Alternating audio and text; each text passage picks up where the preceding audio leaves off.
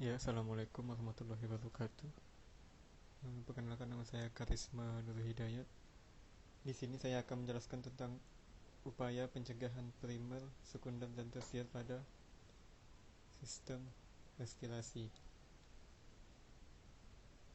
Di sini saya mahasiswa dari Stika Surya Global.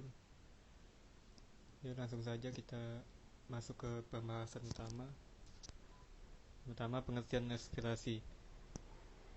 Di mana pengertian respirasi itu proses pertukaran gas oksigen dan karbon dioksida baik terjadi di paru-paru maupun di jaringan. Proses respirasi dibagi menjadi dua, yaitu eksternal dan internal.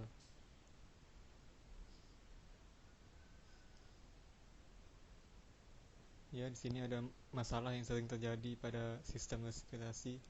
Yang pertama itu hipoksia, yang kedua ada hipoksemia, yang ketiga ada gagal napas, dan yang terakhir ada perubahan pola nafas.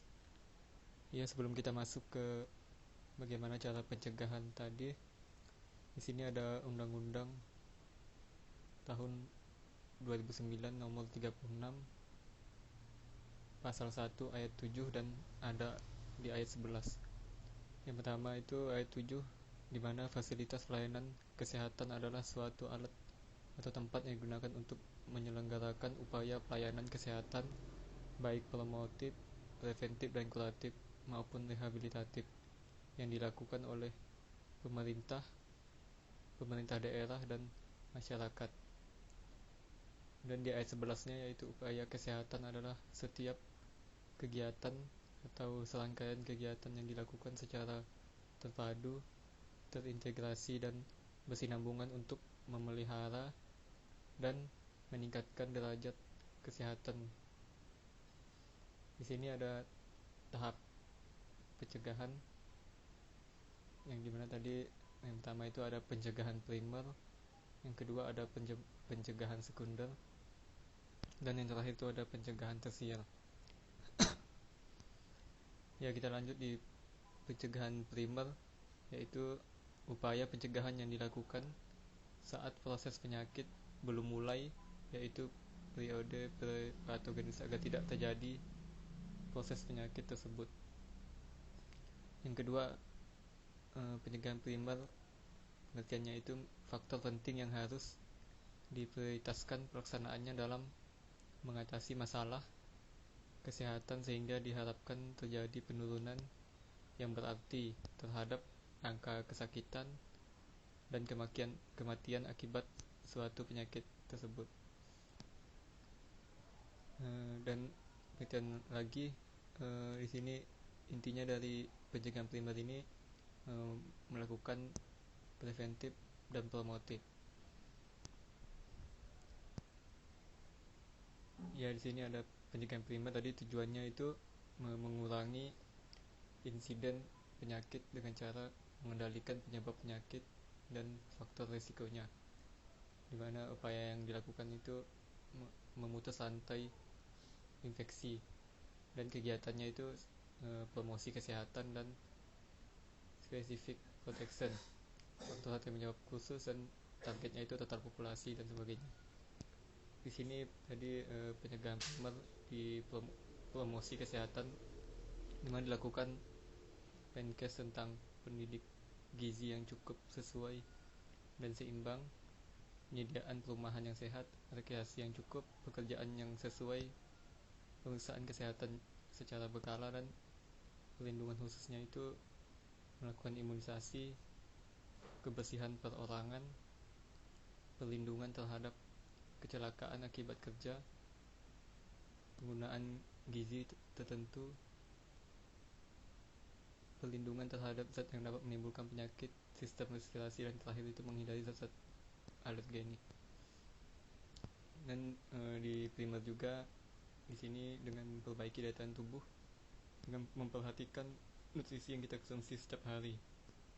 Perhatikan personal hygiene, hindari rokok, APD, dan hindari mengonsumsi alkohol, serta terakhir imunisasi.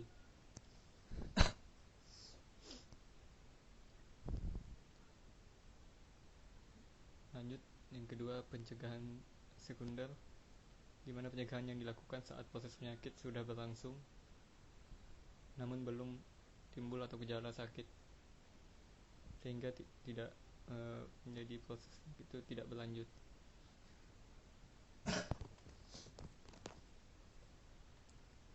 Di sini ada pencegahan sekunder, di mana tujuannya itu menghentikan proses jalannya penyakit agar tidak berlanjut, dan targetnya itu pasien serta fase penyakit tahap dini penyakit, di mana kita mendiagnosis, menemukan kasus, screening cepat, pemeriksaan khusus yang bertujuan untuk menyembuhkan dan mencegah penyakit berlanjut, mencegah penyebaran penyakit menular, mencegah komplikasi dari akibat lanjut tadi, dan pengobatan yang cukup untuk menghentikan proses penyakit, mencegah komplikasi, dan yang terakhir menyediakan fasilitas.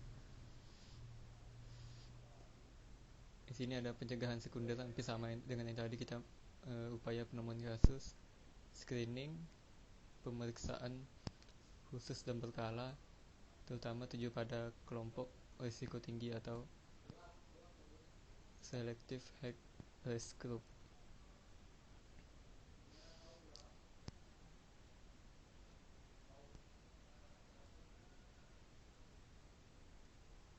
Ya, lanjut.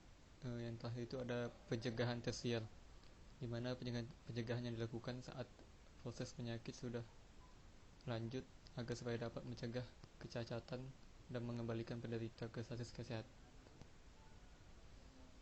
Di mana pencegahan tersier itu tujuannya itu menurunkan kelemahan dan kecacatan, memperkecil penderita dan membantu penderita untuk melakukan penyesuaian terhadap kondisi yang tidak dapat diobati lagi. Disability, kegiatannya itu disability, rehabilitasi, fase penyakit tahap lanjut. Targetnya itu pasien itu sendiri. Di mana pencegahan tersier itu ada rehabilitasi. Yang pertama, penyediaan fasilitas untuk pelatihan hingga fungsi tubuh dapat dimanfaatkan sebaik-baiknya, pendidikan pada masyarakat dan industriawan agar menggunakan mereka yang telah direhabilitasi, menempatkan secara selektif, dan terakhir itu menyediakan tempat perlindungan khusus. Dan yang terakhir, ini pencegahan tersier juga, lanjut, berhenti merokok, hindari iritasi pernapasan seperti asap dari knalpot, cat, beberapa bau parfum.